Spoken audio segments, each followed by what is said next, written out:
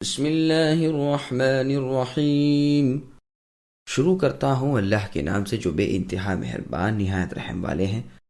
الف لام را تلک آیات الكتاب المبین انا انزلناه قرآنا عربیا لعلکم تعقلون نحن نقص عليك احسن القصص بما اوحینا الیک هذا القرآن وَإِن كُنْتَ مِن قَبْلِهِ لَمِنَ الْغَافِلِينَ۔ الف لام را، یہ ہیں روشن کتاب کی آیتیں۔ یقیناً ہم نے آپ پر اے نبی اس عربی قرآن کو نازل فرمایا ہے کہ آپ سمجھ سکیں۔ ہم آپ کے سامنے بہترین بیان پیش کرتے ہیں آپ کی جانب اس قرآن کو اپنی وحی کے ساتھ نازل فرمانے سے۔ یقیناً آپ اس سے پہلے بے خبروں میں سے تھے۔ سامعین اب ان آیتوں کی تفسیر سماعت کیجیے۔ تفسیر سورہ یوسف۔ اس سورت کی فضیلت میں ایک حدیث وارد ہوئی ہے لیکن وہ سخت ضعیف ہے۔ اس کا ایک متابع تاریخ دمشق ابن عساکر میں بھی ہے لیکن اس کی سند بھی موضوع ہے، من گھڑت ہے۔ قرآن مجید کا سب سے پیارا قصہ۔ سورہ بقرہ کی تفسیر کے شروع میں حروف مقطعہ کی بحث گزر چکی ہے۔ اس کتاب یعنی قرآن شریف کی یہ آیتیں بہت واضح کھلی ہوئی اور خوب صاف ہیں، مبہم چیزوں کی حقیقت کھول دیتی ہیں۔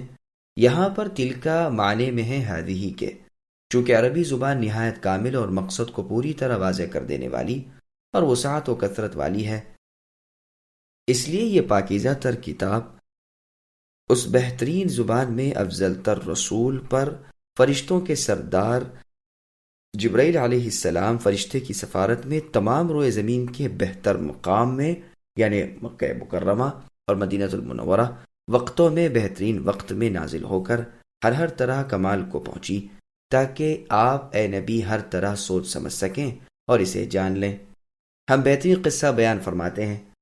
صحابہ رضی اللہ عنہم نے عرض کیا کہ رسول اللہ اگر کوئی واقعہ بیان فرماتے اس پر یہ آیت اتری۔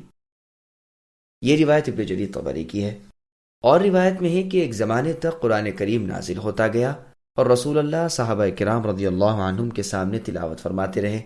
پھر انہوں نے کہا اے اللہ کے رسول، اگر کوئی واقعہ بھی بیان ہو جاتا تو اس پر یہ آیتیں اتری۔ پھر کچھ وقت کے بعد کہا کاش کہ آپ کوئی بات بیان فرماتے۔ اس پر سورہ زمر کی آیت نمبر 23 اتری، اللہ نزل احسن الحدیث، اور بات بیان ہوئی۔ یہ روایت مستدرک حاکم کی ہے۔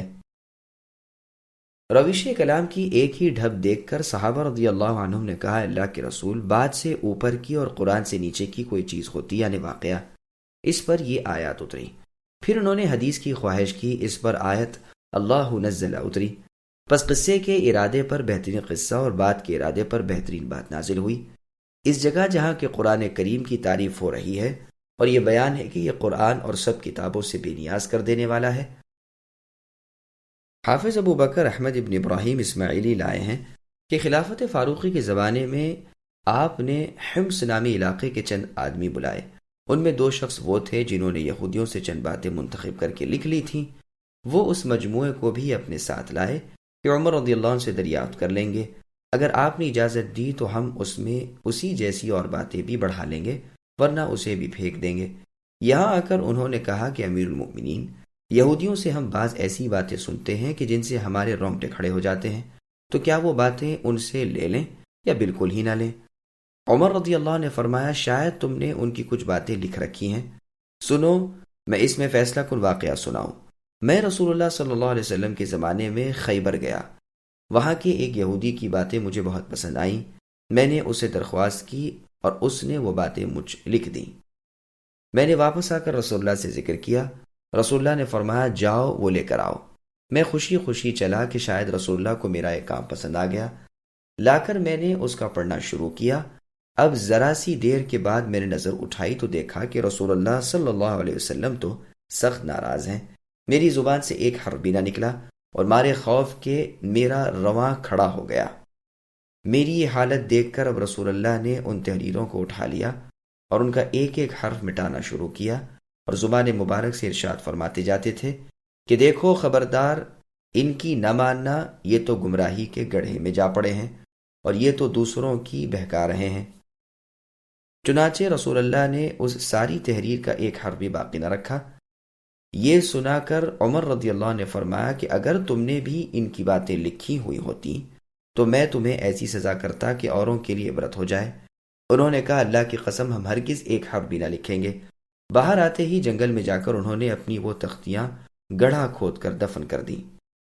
مراسیل ابی داؤد میں بھی عمر رضی اللہ عنہ سے ایسی ہی روایت ہے، واللہ اعلم۔ لیکن سامعین، جیسا کہ ہم نے اسی کتاب تفسیر ابن کثیر کے مقدمے میں بنی اسرائیل یعنی یہود و نصارہ کے علماء سے ان کی سابقہ آسمانی کتابوں کے حوالے سے باتوں کو ذکر کرنے کے اصول بیان کر دیے ہیں، تفسیر ابن کثیر کے مقدمے کو ایک مرتبہ سن لیا جائے، جس سے بنی اسرائیل سے روایتوں کو اخذ کرنے کے اصول و ضوابط کا علم ہو جائے گا، جن کا ابن کثیر رحمہ اللہ نے اپنے مقدمے میں تذکرہ فرمایا ہے۔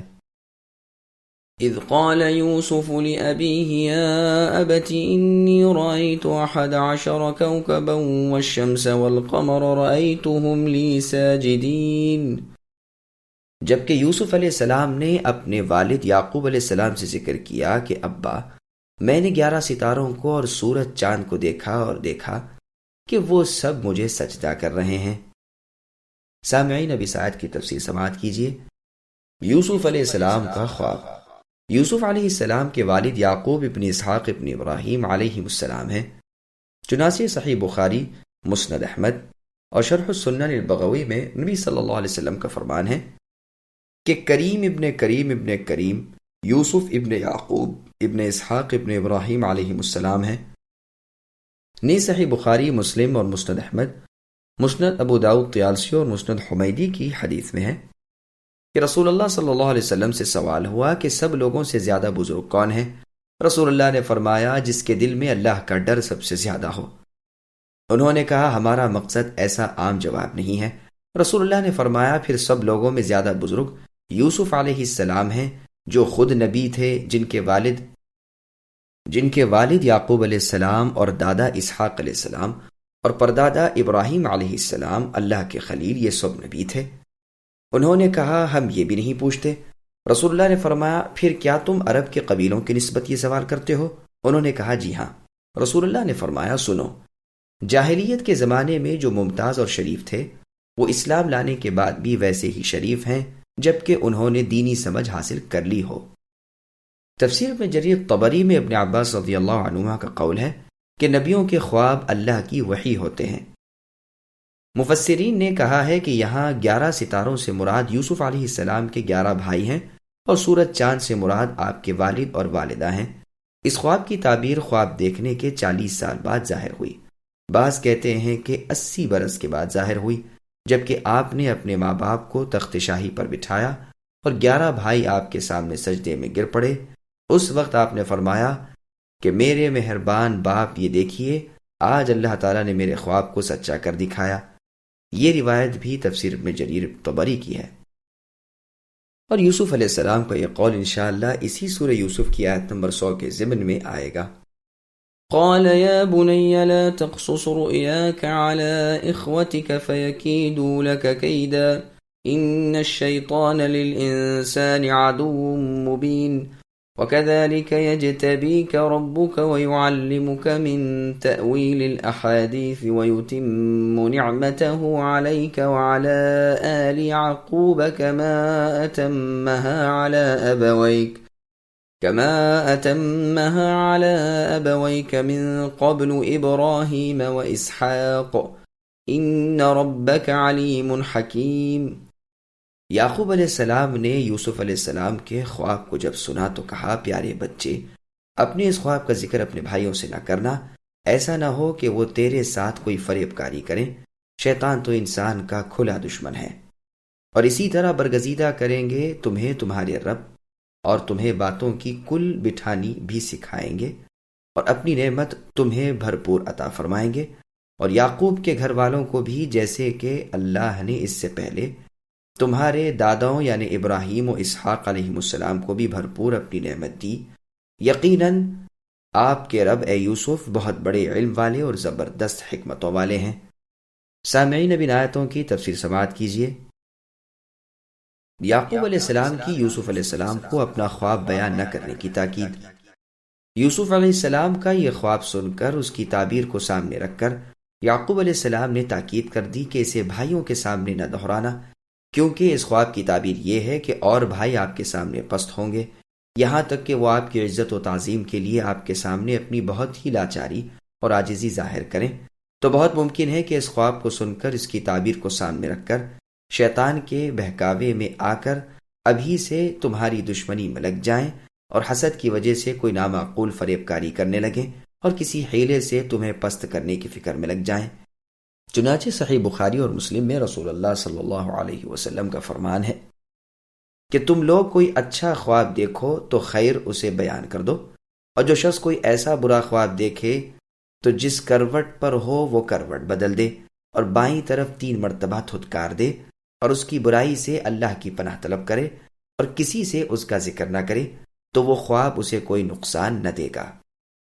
سنن ابی داؤد، مسند احمد وغیرہ میں حدیث ہے کہ رسول اللہ فرماتے ہیں خواب کی تعبیر جب تک نہ لی جائے وہ گویا پرندے کے پاؤں پر ہے، ہاں جب اس کی تعبیر بیان ہو گئی پھر وہ ہو جاتا ہے۔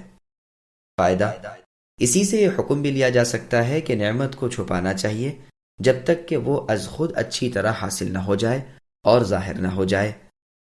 لیکن اس موضوع سے جڑی حدیث سخت ضعیف بلکہ موضوع ہے۔ یوسف علیہ السلام کی فضیلت۔